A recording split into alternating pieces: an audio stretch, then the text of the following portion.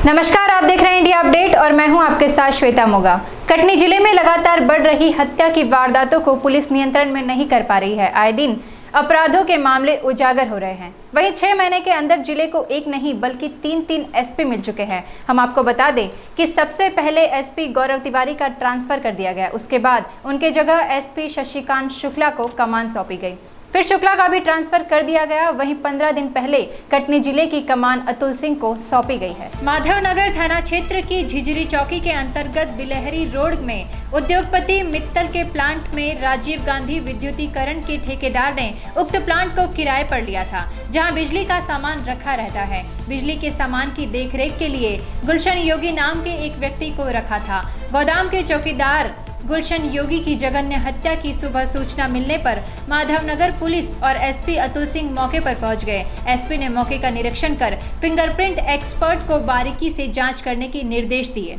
ये एमपीबी का राजीव गांधी मिशन के अंतर्गत जो बिजली का काम चल रहा है, उनका स्टोर रूम है।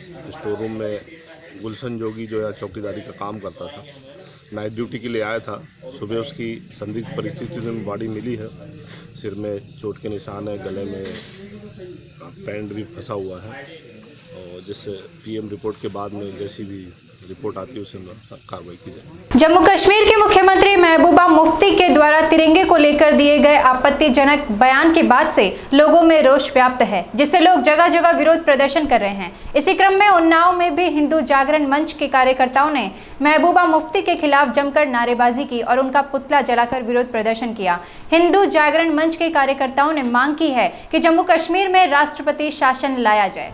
उन्नाव में हिंदू जागरण मंच के कार्यकर्ताओं ने जम्मू कश्मीर की मुख्यमंत्री महबूबा मुफ्ती के धारा 370 को लेकर विशेष राज्य के दर्ज हटाने को लेकर दिए गए विवादित बयान से नाराज होकर कड़ा विरोध प्रदर्शन करते हुए जम्मू कश्मीर के मुख्यमंत्री का पुतला फूंका और जमकर नारेबाजी की और राज्य में राष्ट्रपति शासन लाने की मांग की। महबूबा के बयान पर आपत्ति जताते हुए हिंदू जागरण मंच के कार्यकर्ताओं ने कहा कि पहले ही आर्टिकल 370 और धारा 35A देश को बड़ा घाव दे चुके हैं, इसका हटना बेहद जरूरी है। इस तरह के आपत्तिजनक बयान लोग अपने हितों की खातिर देते हैं।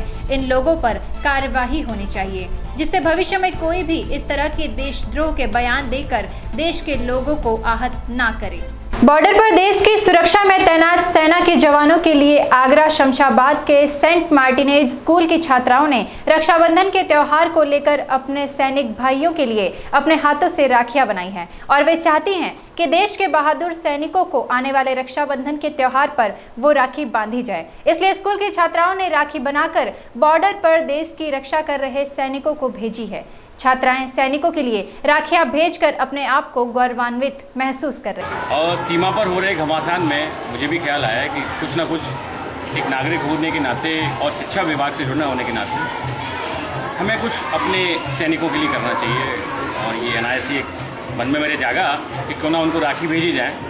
और इसमें मेरे विद्यालय के बच्चों ने संबंधित सभी अध्यापकों ने मेरी बहुत मदद की। इससे हम लोग ये जो भेजने का कार्यक्रम है उसको हम पूरा कर पा रहे हैं और हाँ जी, बहुत अच्छा लग रहा है, बहुत गर्व महसूस हो रहा है। जौनपुर के शाहगंज में आयोजित समाधान दिवस पर एक चौंकाने वाली तस्वीरें सामने आई है। समाधान दिवस पर अफसरों के साथ बैठकर सांसद प्रतिनिधि भी अफसरशाही झाड़ते नजर आ रहे हैं। आप भी देखिए इन तस्वीरों को, जिसमें एसडीएम शाहगंज के बगल में सीईओ की कुर्सी पर सीईओ तो नहीं बल्कि भाजपा सांसद केपी सिंह के शाहगंज प्रतिनिधि बैठे नजर आ रहे हैं।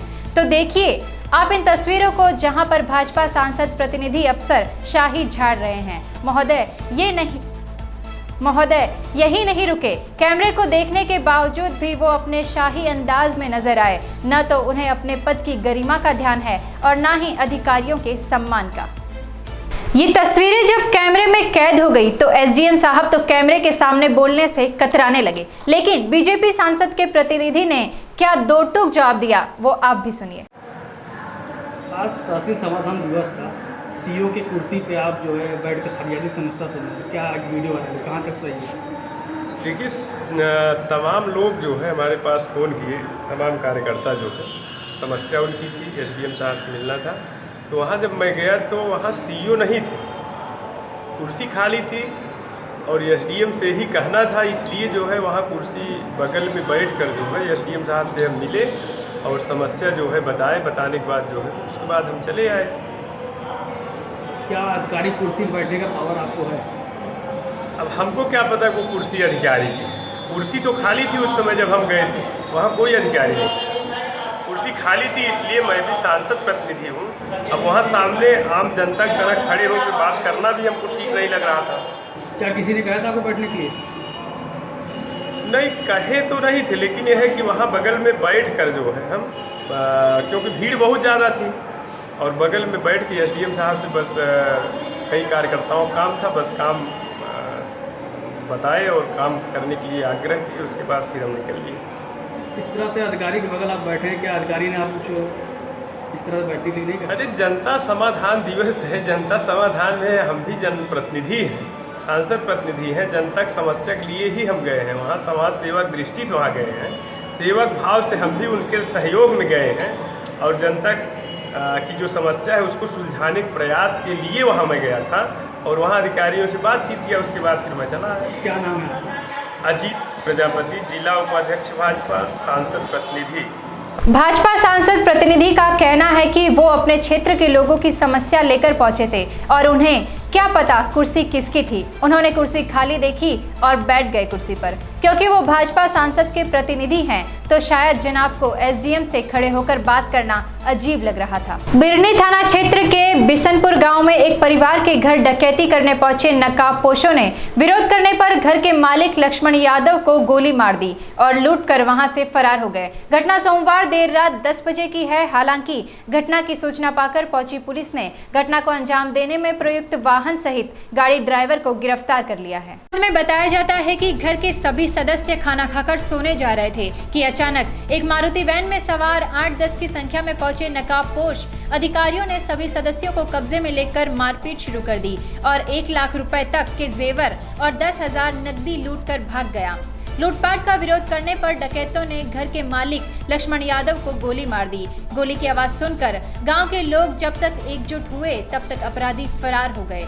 घटना की सूचना मिलते ही देर रात को सरिया पुलिस निरीक्षक कपिल देव पोदार और बिरनी थाना प्रभारी ने घटनास्थल पर पहुंचकर घायल लक्ष्मण यादव को आनन फानन में इलाज के लिए सदर अस्पताल ले गए। कल रात बिरनी थाना क्षेत्र के विशुनपुरा गांव में सूचना प्राप्त हुई कि कुछ लोगों के द्वारा वहां पर लूट और डकैती का प्रयास किया गया और प्रयास असफल होने के बाद और जिसके घर में प्रयास किया गया था उनके द्वारा काफ़ी ज़बरदस्त विरोध किए जाने के बाद उनके द्वारा एक फायर किया गया और जो गोली वहाँ के जो मालिक थे लक्ष्मण यादव को लगी और तत्काल पुलिस वहाँ पर पहुँच करके उनको इलाज के लिए गिरिडीह रेफर कराया गया था, जहाँ से उनकी जो शरीर में गोली लगी थी उनको निकाल दिया गया है। फिलहाल वो स्वस्थ है। इस कांड में जो भी अपराधी ने गाड़ी यूज़ की थी वो गाड़ी अभी पुलिस के कब्जे में है। पुलिस की त्वरित कार्रवाई करने से उस गाड़ी का ड्राइवर और वो जो गाड़ी है जिसके माध्यम से इस लूट की घटना को अंजाम देने का प्रयास किया गया था वो गाड़ी पुलिस के कब्जे में है और बहुत ही अहम सुराग हाथ लगे हैं। शीघ्र ही पुलिस इस लूट घटना में शामिल सभी अपराधियों की गिरफ्तारी पुलिस के द्वारा कर ली गई। घटना की सूचना पर सरिया एसडीपीओ दीपक शर्मा ने मंगलवार को घटनास्थल पर पहुंचकर परिजनों से घटना के संबंध में विस्तृत जानकारी ली। दीपक शर्मा ने परिजनों से कई बिंदुओं पर जानकारी ली। मौके पर एसडीपीओ ने कहा कि पुलिस कई बिंदुओं पर जांच कर रही है। फिलहाल वक्त है एक छोटे से ब्रेक का। ब्रेक के बाद खबरों का सिलसिला यूं ही जारी रहेगा। आप देखते रहिए इंडिया अपडेट।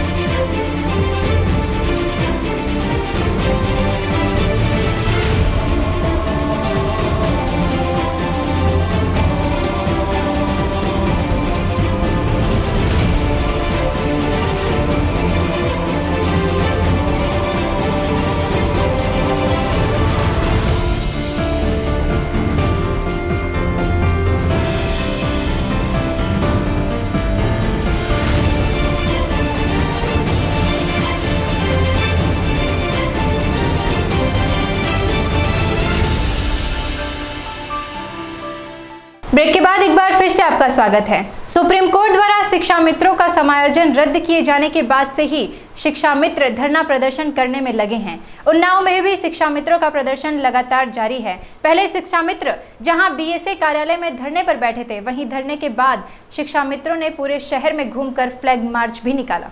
शिक्षा मित्रों ने पूरा शहर घूमकर कलेक्ट्रेट परिसर में नगर मजिस्ट्रेट राम प्रसाद को मुख्यमंत्री के नाम संबोधित एक ज्ञापन दिया, जिसमें उनकी मांग मानकर उनके साथ न्याय किए जाने की बात कही। शिक्षा मित्रों ने चेतावनी भी दी कि जब तक उनकी मांग नहीं मानी जाती तब तक वे लोग ऐसे ही प्रदर्शन करते रहेंगे और शिक्षण कार्य में भी हिस्सा नहीं लेंगे। रैली हम लोग को निकाल के सड़क पे खड़ा कर दिया है। 17 सालों से हम लोग लगे हुए हैं। मेरे हस्बैंड भी नहीं है, कैंसर हो गया था, 3 बच्चे हम जहर खा ले, हम भी जैसे सब मर गए। आप बताइए क्या करें? हमको सम्मान के साथ अध्यापक पद में रखे। 3.5 में हमको मूल विद्यालय भेज के वहाँ शर्मनाक जिंदगी दे रहे हैं। इससे अच्छा तो हम योग्य हो जाएंगे 3.5 में, और 35,000 में हम लोग अयोग्य हो गए। मतलब इस तरह का नाटकबाजी जो चल रही है, सड़कों आएंगे, आत्मदाह करेंगे, फांसी मांगेंगे। पूरा परिवार वहाँ है क्या? इतने 17 सालों से हम लगे हैं। 3 बच्चे हैं, पति है नहीं, नाते रिश्तेदार खानदान परिवार है नहीं। हमको तो मरने की स्थिति आ ही गई है। कोई सुनवाई नहीं, कोई भी ये भी नहीं बोल रहे हैं कि हमें क्या करना है। मेरी तरफ से एक बार खड़े होकर बोल दें तुम लोग के लिए, जैसे अगली सरकार आके उसने कहा था कि हम लोग आपके साथ हैं। उन्होंने कुछ भी नहीं बोला है, कोई भी आश्वासन नहीं मिला है। आश्वासन मिला तो यहाँ हम स्कूल में हो भैया, हम भी चाहते हैं, बच्चों का नुकसान हो रहा है। उन्नाव में शिक्षा मित्रों ने अपने विरोध प्रदर्शन को जारी रखते हुए पूरे शहर में फ्लैग मार्च निकालकर प्रदर्शन किया। साथ ही इस दौरान हजारों की संख्या में शिक्षा मित्रों ने फ्लैग मार्च में हिस्सा लिया। सरकार के खिलाफ नारेबाजी करते हुए शिक्षा मित्रों ने पूरे शहर का भ्रमण किया। शिक्षा मित्रों ने कहा कि उनकी मांग पूरी की जाए, वरना वे इसी तरह से अपना प्रदर्शन जारी रखेंगे। वहीं मध्य प्रदेश के खंडवा जिले में फर्जी किन्नरों की उगाही से परेशान लोगों के लिए यह खबर थोड़ी राहत दे सकती है। खंडवा जिले के खालवा विकासखंड मुख्यालय पर सोमवार दोपहर करीब 3 बजे वसूली कर रहे फर्जी किन्नरों को असली किन्नरों ने भरे बाजार कपड़े उतार कर पीटा। हालांकि किसी ने मामले की शिकायत नहीं की, इसलिए इस पर कोई कार्यवाही नहीं की गई है। पर बस स्टैंड पर हुए इस घटनाक्रम का वीडियो कई लोगों ने बना लिया, जो सोशल मीडिया पर खूब वायरल हो रहा है। और कुछ नकली किन्नर एक 4 पहिया वाहन से आकर खालवा में वसूली कर रहे थे। बताया जा रहा है कि वे स्थानीय लोगों से जबरदस्ती 200 रुपए की वसूली कर रहे थे। इसी दौरान कुछ और किन्नर वहां पर पहुंचे और नकली किन्नरों की जमकर पिटाई कर दी। असली किन्नरों का गुस्सा इस कदर था कि उन्होंने पिटाई करते करते उनके कपड़े तक फाड़ डाले। नकली किन्नरों ने जैसे तैसे अपनी उगाही रकम असली किन्नरों को देकर वाहन में बैठकर भागने की कोशिश करने लगे। हालांकि बाद में उन्हें दोबारा इस तरह का काम न करने की बात कहकर उन्हें जाने दिया।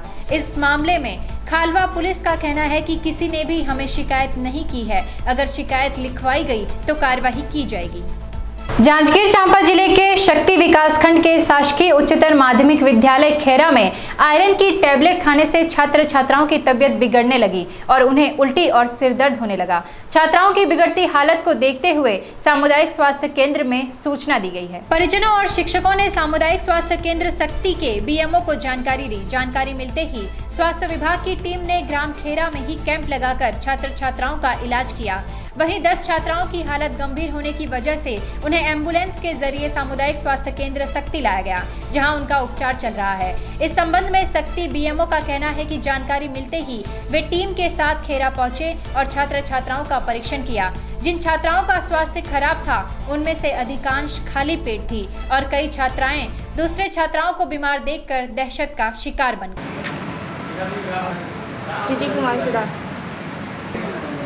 खेरा के हाई स्कूल में स्वास्थ्य खराब होने शक्ति हॉस्पिटल में 10 लोग आए थे। तबीयत खराब होने का जिससे हम लोग को बॉटल लगा था और हम ठीक है तो घर जाए।